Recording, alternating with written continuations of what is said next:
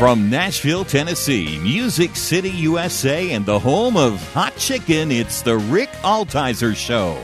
Sit back, buckle up. Rick will talk with the movers, shakers, and creators who put Christ in Christian entertainment. He's a man who's clear so the world can hear. Here's Rick Altizer. Are the New Testament documents reliable? Does any evidence exist to support the Bible's claims of a physical resurrection of Jesus? 1 Peter says to be ready to make a defense for the hope that is in you. The Greek word for defense is apologia, and that's where we get the word apologetics. My guest today is an apologist and spends his time visiting college campuses, making a defense for his beliefs that the Gospels are accurate and true. I took a 4-hour car ride with Frank Turek and decided to get the most out of that opportunity. Along with the noise of the road, you'll hear one of the nation's top apologists making his defense. I call it Defensive Driving with Frank Turek. Well, this is going to be a very unique interview today because today my guest is author, speaker, and apologist Frank Turek. And currently a driver as well. We are in the car. We're driving. We are in the car driving from Greenville, North Carolina. North Carolina. Get it right, mister. To Charlotte, North Carolina. Right. And so I don't know how many radio shows have been done in a car. I don't know, but I'm about to run over a styrofoam cup in the road there. I just passed it. There you go. So I'm wondering, do we need to sing karaoke right now? No. You wouldn't want me singing because everybody on bot radio would turn their radios off immediately if I sang. But now you could sing. You're the jingle guy, Rick. Sing for us. Come on, sing a jingle. Sing the North Carolina road trip jingle. Well, I'm going to sing the praises of Frank Turek for a little bit right now. Frank is a author. He's written books that you might have heard. I Don't Have Enough Faith to Be an Atheist. You don't? No, I don't. Neither do I. And also Stealing from God. And you can get those books. Wait a minute. Stealing from God is not about tithing. All right? Stealing from God, the subtitle is Why Atheists Need God to Make Their Case. And I've noticed, Rick, that whenever atheists are trying to make a case that God doesn't exist, they're stealing aspects of reality from a universe that wouldn't exist unless God existed. So atheists, in order to argue God doesn't exist, have to steal from God to argue against him. They have to sit in God's lap to slap his face. That's the new book. So there you go. Love it. And you can get information about that and on Frank and where he'll be speaking and his TV show, I Don't Have Enough Faith to Be an Atheist, and his radio show. You can get all that information on his website, crossexamined.org, and I highly encourage you to go there. And that's cross-examined with a D on the end of it, friends. Cross-examined. So, Frank, you were in the Navy. I was, which stands for Never Again Volunteer Yourself. What did you do in the Navy? I was a P3 navigator and tactical coordinator. We went on a big plane. We hunted submarines. We did surface surveillance. But that was 25 years ago. I'm not doing that anymore. And then from there, you went to seminary and got a PhD. Southern Evangelical Seminary, a D-Min, actually, in apologetics, after I got the Masters of Apologetics, which means I'm very good at saying I'm sorry. No, not exactly. Means giving evidence for what you believe. Comes from 1 Peter 3:15, always ready to give an answer for the hope that you have. Give a reason. Give a defense. So an apologist is not someone who says they're sorry. An apologist is making a defense for Christ. That's right. For the Christian faith. Yep. So then, how did you transition from going to from the Navy, getting into seminary, and then becoming an apologist? How did that transition happen for you? Well, I came to faith through apologetics by reading Josh McDowell books, Evidence Demands a Verdict, More Than a Carpenter, and then I ran into Norman Geisler, who was at the time the Michael Jordan of apologetics. And he was starting a seminary in Charlotte, North Carolina. We were living in the D.C. area. And so in 1993, we moved to Charlotte to attend the seminary. And then he and I wrote a couple of books together. One's called Legislating Morality. Is it wise? Is it legal? Is it possible? And of course, the answer is yes. That's all you can legislate is morality. Every law declares one behavior right and the opposite behavior wrong. Then we started doing a seminar around the country called 12 Points That Show Christianity's True. And I finally said to Norm, I said, hey, this needs to be a book. So we used the outline for the seminar, the 12 points, for the book, and we called it I Don't Have Enough Faith to Be an Atheist. And that came out in 2004. And the new book, Stealing from God, just came out in 2015. And then I have another book called Correct, Not Politically Correct. It's about same-sex marriage, which gets me into a lot of trouble. I would imagine it would. Correct, Not Politically Correct, how same-sex marriage hurts everyone. What was the attraction to you for apologetics? Well, I always wanted to know if Christianity was true, and as I say, when I got those Josh McDowell books from the son of a Methodist minister. I was brought up Catholic. I went to Catholic high school, but I never really knew who Jesus was growing up. And it wasn't until I got these books and read about Jesus did I really understand who he was. And so I came to faith through evidence, and so I was always interested in that. And when I had that opportunity with Dr. Geisler, then we moved to Charlotte and took it. And that's how I got involved in the whole apologetics world. Was doubt something you struggled with? I doubt it. Yeah, I mean, not a lot. I mean, everybody has doubts. Come on, we're not all knowing. There are some things. Was it, at that time, the transition from, you said you became a Christian through apologetics. Was doubt something that you... No, I always believed in God. I never had any trouble with God. I just didn't know who Jesus was. And I wanted to know if it was true. I just didn't want to believe something because... my parents told me it was true, or I had a feeling it was true, or I just grew up in America. I wanted to know if it really was true. And so getting those books was really helpful.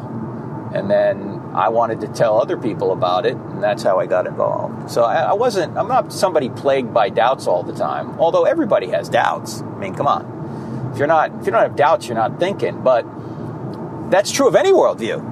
Whether you're an atheist, whether you're a Muslim, whether you're a Christian, even if you're an agnostic, if you say, there's not enough evidence there, you have doubts. Everyone has doubts, right? If I'm a Christian and I have doubts, is there something, am I in sin? Is that something I should be worried about? How as a Christian should I deal with doubt? I think if you have a doubt, you ought to investigate it. Drive the doubt into the ground. Really go out and investigate what the right answer is.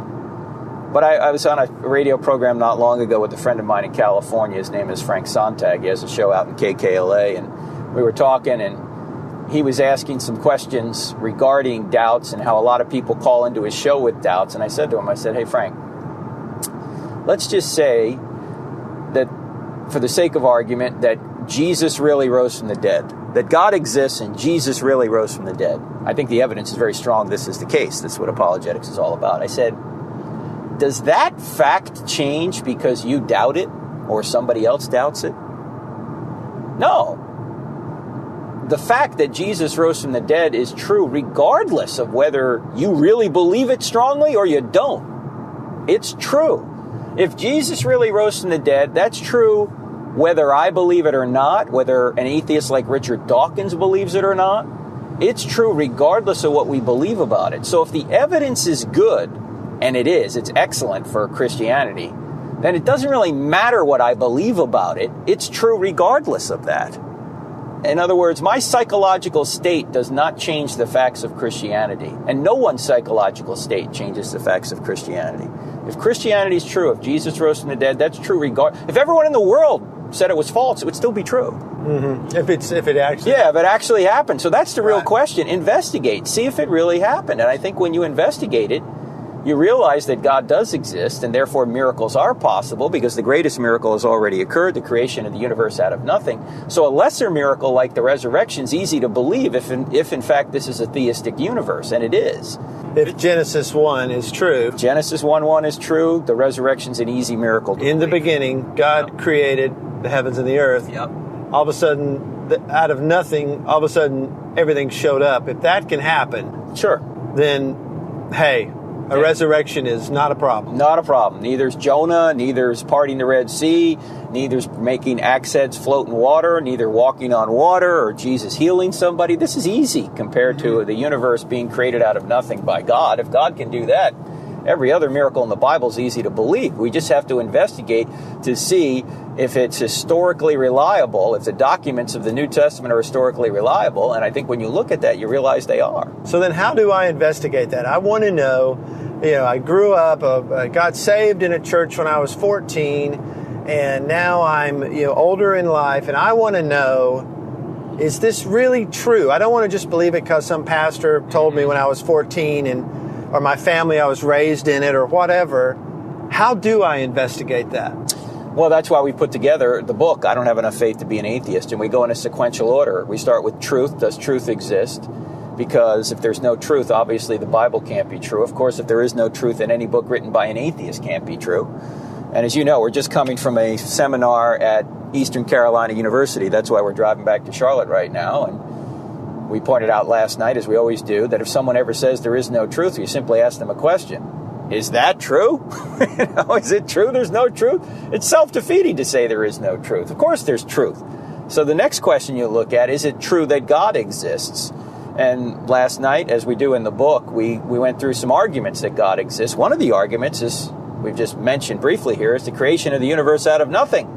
And even atheists believe the universe had a beginning. Space, matter, and time had a beginning. So if the universe had a beginning, it must have had a beginner. And it turns out that if space, matter, and time had a beginning, the cause must be spaceless, timeless, immaterial, powerful to create the universe out of nothing, personal in order to choose to create, because impersonal forces don't make choices, only persons make choices.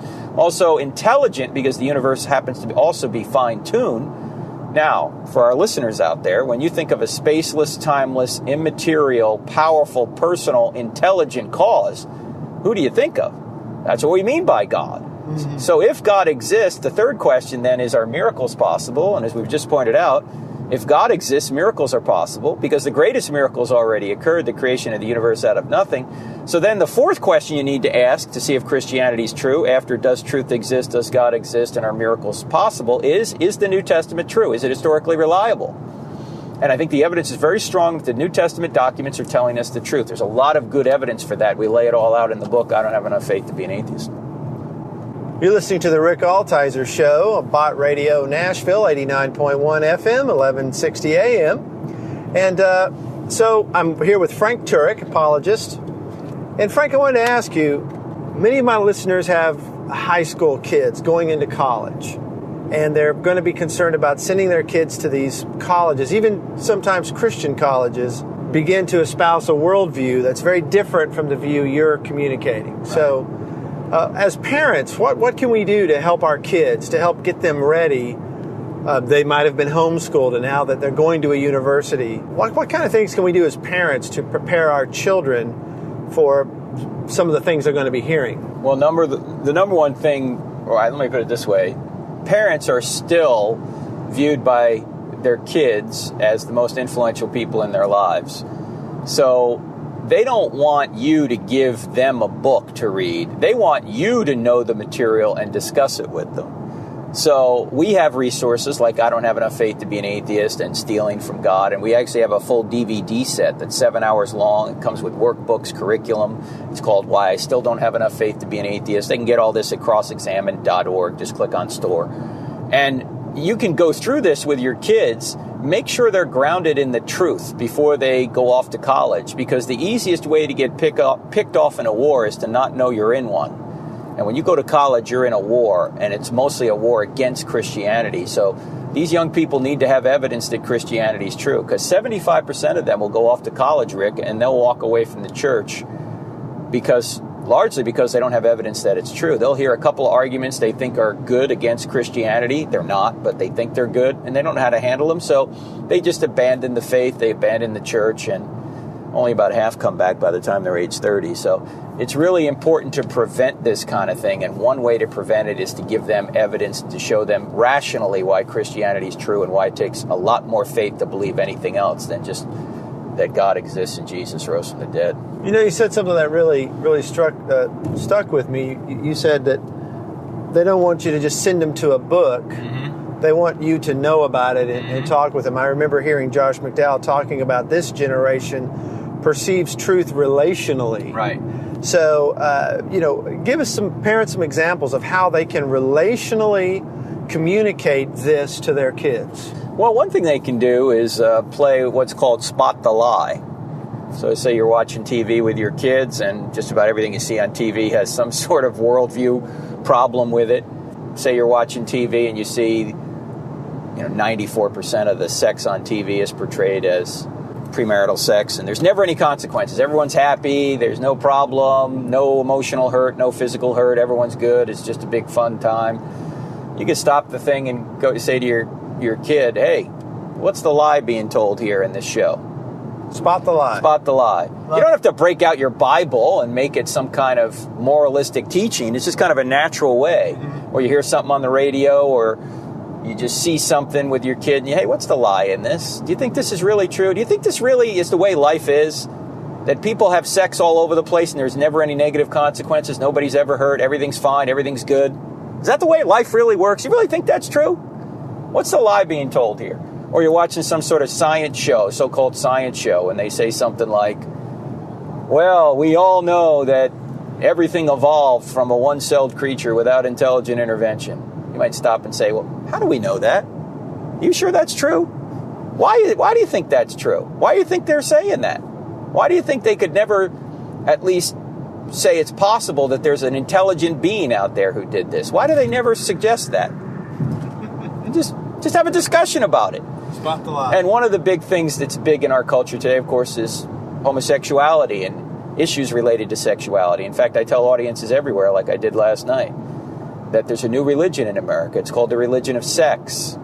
And that is, it's replacing the old religion, or the old religions, where they said, well, there is a right and wrong, there is a standard out there, it's God's standard. Now, the standard is, whatever you want to do sexually is right, and if somebody tries to tell you it's wrong, they're going to be burned at the stake. You know, they're the problem now. Yeah, persecution. Persecution against anybody who suggests that sexual promiscuity is a problem.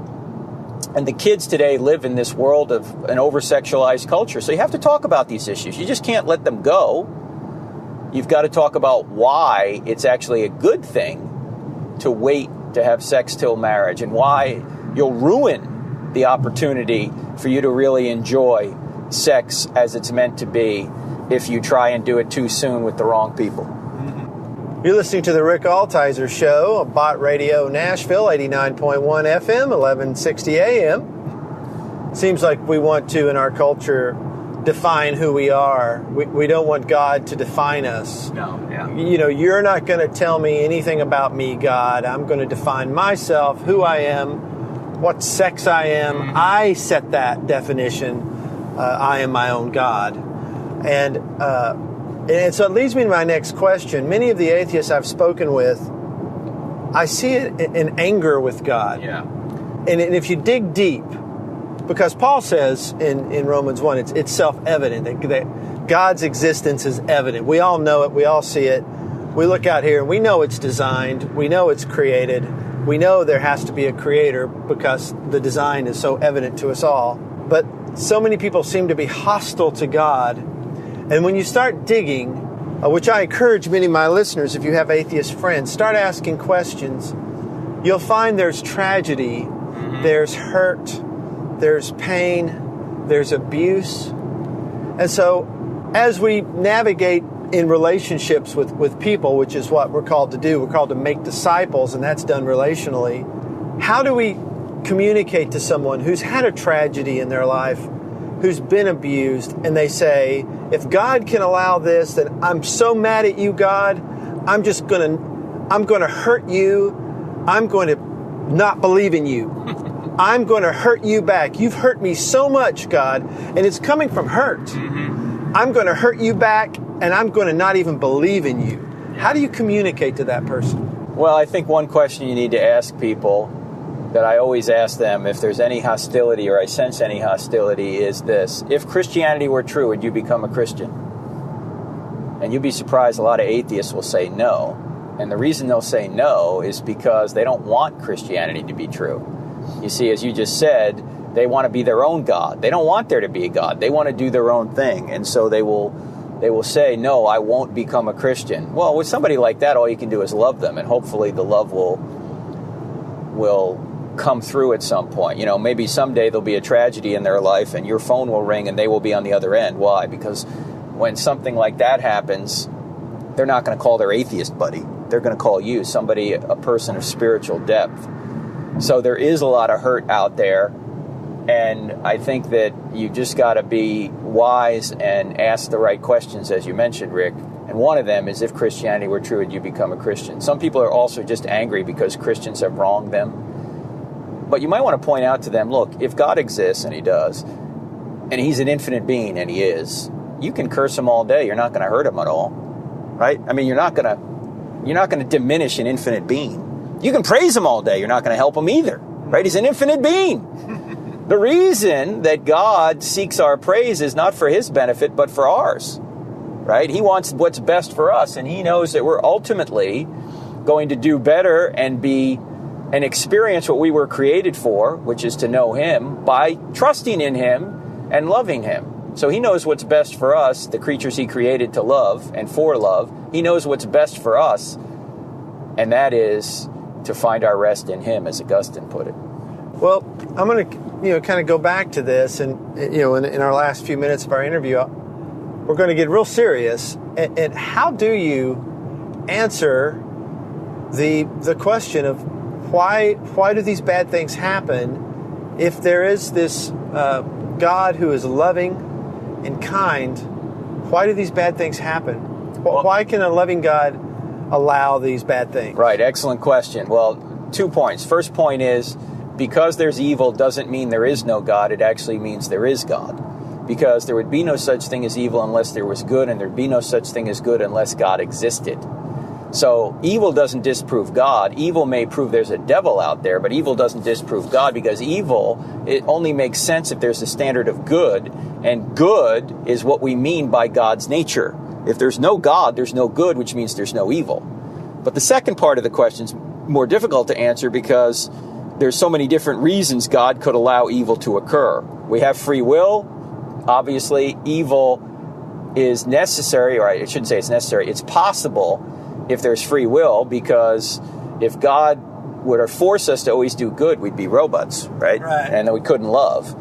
But when we see an evil thing occur, and we might not be able to see the reason as to why God allows it, there's something out there known as the ripple effect. The ripple effect is that everything that happens here ripples forward to affect trillions of other things that occur here on earth. Let me give you a quick example of this from the Bible. In Genesis, Joseph's brothers sell him into slavery. They don't like him. They know he's dad's favorite, so they sell him into slavery. And somehow Joseph makes his way to Egypt, and he rises to a position of prominence, and he puts aside a lot of grain. So when there's a famine in the land, his brothers come to Egypt to escape the famine, and Joseph is in a position to help them. And he says, "You meant it for evil, but God meant it for good, the saving of many lives." So the ripple effect in the Bible, in that case, actually shows that although evil was done to Joseph, it actually was meant for good, or God brought good from it. And we can't always see when God brings good for something. I mean, say a baby dies today, we might not see any good from that. But theoretically, the ripple could go forward, and 500 years from now, partially because of that baby dying today, a great evangelist rises 500 years from now and saves millions of people. We can't see all that, but God can, because he's outside of time, and he can see the end from the beginning. In fact, there was a great pastor 150 years ago at Notre Dame in Paris, who said something that was very profound regarding evil and God, because it's often said that, well, if there's a good God, why is there evil in the world? Why doesn't he stop it? And he mentioned this kind of ripple effect this way. He said, if God were to give me his power for 24 hours, you would see how many changes I would make in this world. But if he were to give me his wisdom too, I would leave things as they are. Because God is going to make everything work out in the end. Yes, God is all powerful and he's all loving, but he's also all wise. He knows how it's going to turn out even when we don't, so we have to trust him. Well, Frank, thanks so much for... That was a tough question I threw at you. Yeah, 2 minutes to go. Thanks, man. In a car, serious theology with Frank Turek in a car. But this has been such a privilege and an honor to be with you, and just kind of give you the last word here. Well, thanks, Rick. And what I just said is explained much better in the new book, Stealing from God, Why Atheists Need God to Make Their Case. Go to our website, crossexamine.org. Download our free app, which has a quick answer section on it. Our podcast is on there once a week.